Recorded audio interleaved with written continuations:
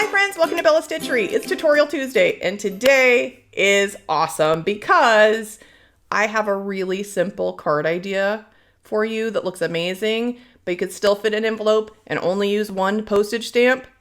That's a win. I got this idea originally from the Instagram site of Star of May. I'll put a link to her Instagram in my description. I love simple ideas. And when I saw this, it was a mind-blown moment for me because it looks amazing, but you don't have to have skill, which is kind of what I'm all about. I want something that looks fantastic, and I don't need to be an artist in any kind of way. So this was a big win.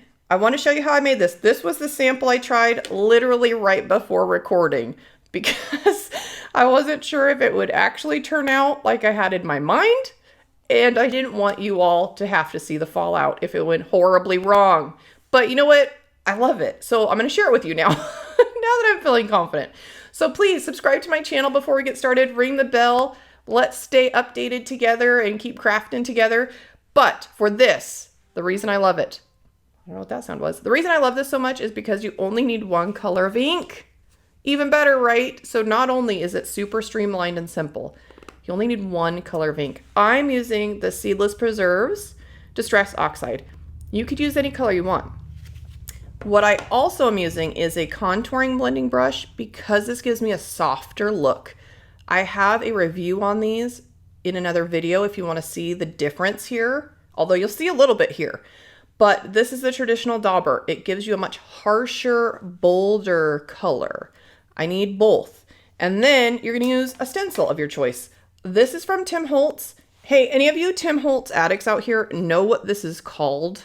I'm sure somebody does because there are people that just know all of the things. But I'll try to look this up. I've had this for a while and I never keep packaging, but you could use any stencil you like for this technique. So the only prep I've done, I just stamped in the corner here a sentiment. Easy. I use Stays On ink for that because I like it. Then take your color of choice. This Seedless Preserves is cool because it's so bold and kind of almost jewel tone. I just like it. But it's very dark. So I'm just going to lightly tap the ink and you will see, I mean, it's like, I'm not kidding when I say dark. This is barely kissing the page dark. And I am also not the best at blending. So trust me when I say if I can do this, you can absolutely do this. Because I don't do a lot with inks, which you might not know based on how many inks I have in my craft room. But I actually don't use them all that often because I'm not that confident in my coloring skills. And I know so many people out there, I see their work and it's just amazing and mind-blowing and intimidating, I will say. So I am going to put a little light coat there. Now for the magic. Are you ready? You might already know where this is going. You're going to take your dauber. You could use this same tool for both. Just be prepared that some of these shades are very dark.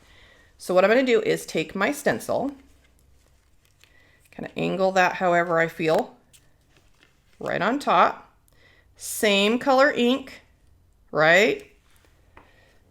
And you're just going to put that ink in a super dark fashion now all over your stencil. This is just so cool and it makes me happy. And look, it's so cool. Okay, it's really cool. Like I said, I just did this, but it's still cool every time I lift this paper and I'm like, wow, what a neat trick. How has nobody ever thought of this before? I don't know. Okay, so I'm going to put a little bit more off to the side. Okay. So whenever you feel your stenciling is done, then you're done. And then you can put some up here. If you're even better at matching your stencil than I am, it'll look even cooler, but I love it. Okay, let me put some in this corner. And it is just that easy. And it looks amazing. If I do say so myself, it is a bit messy, as you could see. Or it could just be that I'm a bit messy. Who could say? That's the whole card. And think of all of the possibilities. Christmas stencil, Valentine's stencil, birthday stencil. I don't know. Is there a stencil for everything? Probably. You could use this same technique and just one ink pad. I love it. And again, easy to ship, inexpensive to ship. It's a cool technique. Somebody's going to open that. You're going to make their day and also blow their mind.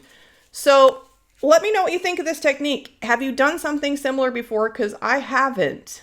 But now I feel like this really expands my view of crafting potential in everything. Thinking of this like color on color technique, I kind of love it.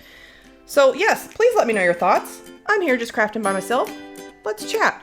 Subscribe to my channel, ring the bell, check it out, try it out. Let's make some stuff. Bye.